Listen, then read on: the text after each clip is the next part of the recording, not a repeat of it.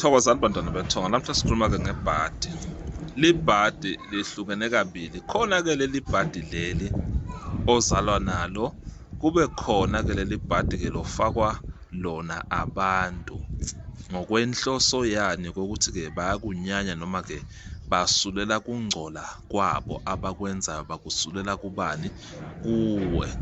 Yingakho-ke kubalulekile-ke ukuthi every after 2 months to 3 months kumele wenze i-cleansing, ugeza. Hhayi ngoba uma kugezwa kusuke kudlalwa noma kusuke kwenziwani, kusuke kuklinwa noma-ke kulahlwa lezi zinto lezi abantu abazisulela kuwena, wena ungazi, kodwa uzigcine sowuzithola sowulandelwa yini? Libhadi. Lo ongazise libhadi likanjena ngihlanganaphi mina nalo, kodwa uthole nakho seliyenzeka empilweni yakho. Bayageza-ke ngegama lakho ngokwenhloso yokusulela lento lembi lena asebayenzile.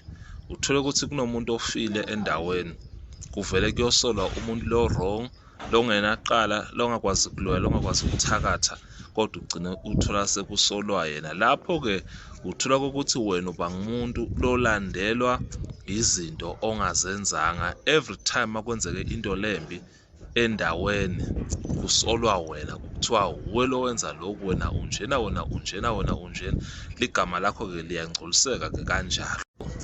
Baphinde-ke bakwazi-ke ukuthi-ke bageze icala ngawe mangabe khona into le ilahlekile noma le kuthiwa-ke kwenzeke into le wrong khona, uthola ugcine lapho sekuhamba gcine kuboshwa wena, uboshwe futhi uboshwe ngelizinga le-serious, ube wena ungenzanga lutho. Leli bhadi leli lilahlelwe lapha kwathiwa wena hacwa macala, kodwa sibe sono sakho singekho. Uthola ukuthi le nto leyo seyakulandela wena, uhlezi usolakala ezintweni lezi kabi zokulahleka noma-ke izinto ezintshontshwe, kodwa ube ungumuntu longenzanga lutho. Bathathe inhlanhla yakho wena bakumemise ini?